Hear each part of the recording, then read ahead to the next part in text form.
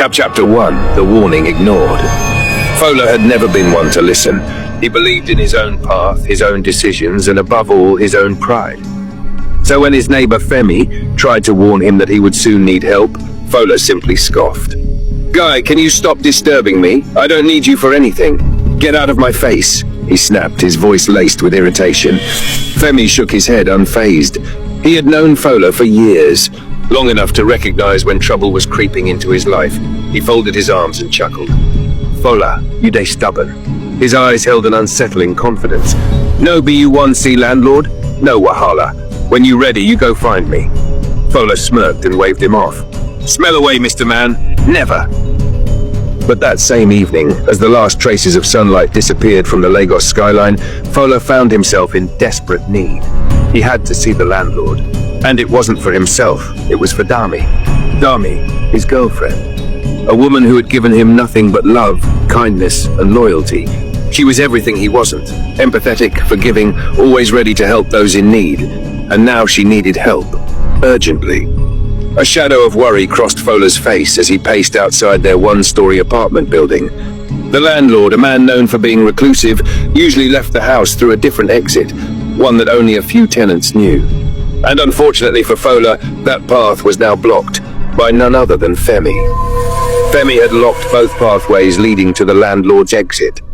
Whether it was out of spite or simply a coincidence, Fola didn't know. All he knew was that he had to reach the landlord before it was too late. He took a deep breath and walked across the street to a roadside bar, choosing a spot where he could monitor the landlord's upstairs apartment. His neighbors were drinking, dancing, lost in the rhythm of loud Afrobeats music, but Fola had no time for distractions. His eyes remained fixed on the dimly lit windows above. "I beg guys, make una no to disturb me with your noise," he muttered to the dancing men. "I dey concentrate." "No wahala, senior man," one of them called back, laughing. The night deepened. Minutes stretched into an hour. Fola's focus wavered. The music, the energy, the life around him, it pulled him in. Before he knew it, he was tapping his foot to the beat, nodding his head, momentarily forgetting why he was there. But Dami did not forget. She stood near their apartment, her eyes trained on the landlord's house.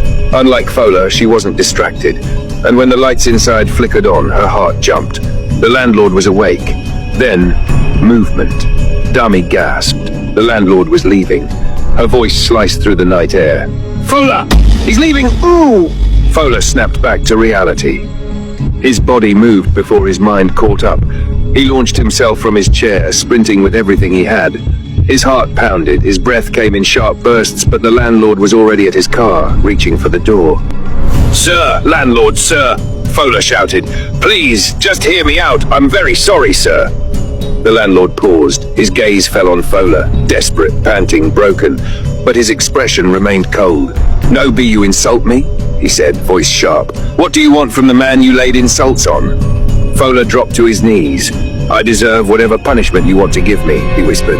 "But please, sir, just listen to me. Temper justice with mercy for my girlfriend's mother. Her life depends on you."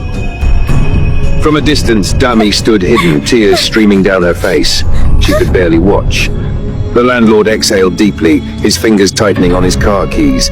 Then, slowly, he reached into his jacket and pulled out a gun. Fola's breath stopped, his body turned ice cold. "Sir," he whispered. The landlord's finger hovered over the trigger. "You should have thought about this before you opened your mouth." And then, the world changed forever. To be continued in Chapter 2.